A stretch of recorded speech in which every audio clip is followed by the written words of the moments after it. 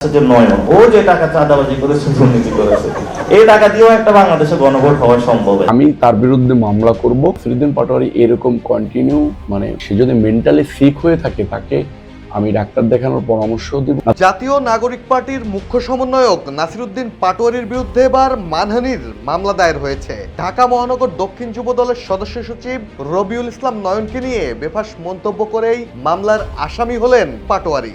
নিজের শ্রম মেধা দিয়ে পলিটিক্স করে মানুষের মন জয় করে ভালো হোক, ভালোভাবে রাজনীতি করে মানুষকে ভালো কিছুর দিক। আমি সোমবার ঢাকার অতিরিক্ত chief metropolitan magistrate Mohammad Zakir হোসেনের আদালতে কাজী মুকিতুজ্জামান নামের এক যুবদল নেতা বাদী হয়ে মামলাটি দায়ের করেন। আদালত মামলাটি গ্রহণ করে ডিবি পুলিশকে অভিযোগের বিষয়ে তদন্ত করে প্রতিবেদন দাখিলের নির্দেশ দিয়েছেন। বাদী পক্ষের আইনজীবী মাহাদি হাসান জুয়েল এ তথ্য নিশ্চিত করেছেন।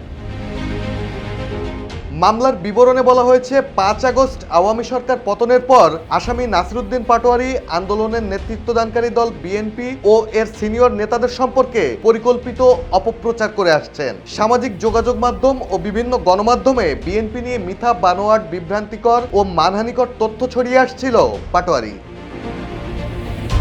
সেখানে আরো বলা হয়, নাসিরুদ্দিন পাটোয়ারি গত 1 নভেম্বর যুবদল নেতা নয়নকে নিয়ে বলেন, জুলাই সনদ নিয়ে একটি বড় দল গুন্ডামি করছে।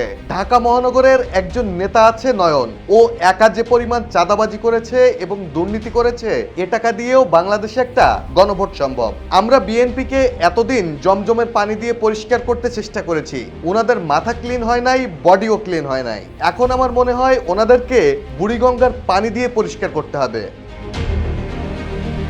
নাসিরুদ্দিন পাটোয়ারির এ বক্তব্যের পর উত্তপ্ত হয়ে ওঠে রাজনৈতিক অঙ্গন। যুবদলের পক্ষ থেকে জানানো হয় পাটোয়ারির বক্তব্যের প্রতিবাদ, আর যুবদল নেতা নয়ন ঘোষণা দিয়েছিলেন পাটোয়ারির বিরুদ্ধে মামলা করার। তারপরই অবশেষে মামলায় আসামি হলেন নাসিরুদ্দিন পাটোয়ারি।